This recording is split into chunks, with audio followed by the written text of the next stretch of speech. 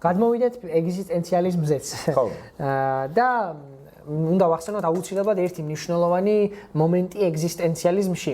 ეგეც მადლობა ჩვენს ლიტერატურის ლექტორს, რომელმაც გითხრა, როდესაც კაფკას ვსწავლობდით, რომ ეგზისტენციალურ ლიტერატურაში პერსონაჟი აუცილებლად ხვდება საკუთარ თავს ერთხელ მაინც. კი. ამ ლოგიკით ამ წიგნშიც უცხოშიც უნდა იყოს ისეთი ეპიზოდი, სადაც პერსონაჟი საკუთარ თავს ხვდება. თავარი პერსონაჟი გულისხმობა ცხადია.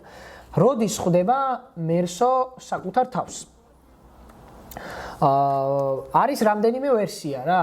ერთი, როდესაც რაღაცა დედას ასაფლავებს, მანდ ვიღაცა პერსონაჟი უნდა იყოს. მეორე არის ცოტა ბოლოსკენ, ვიღაცა ციხეში უნდა იყოს, ან არის შუაში. როდესაც და ეხა მან გასაგებია, რომ ამ რომანის მწვერვალი არის, როცა ესე ჟანრობრივი გაგებით მწვერვალი არის, როცა არაბს კლავს, ხო?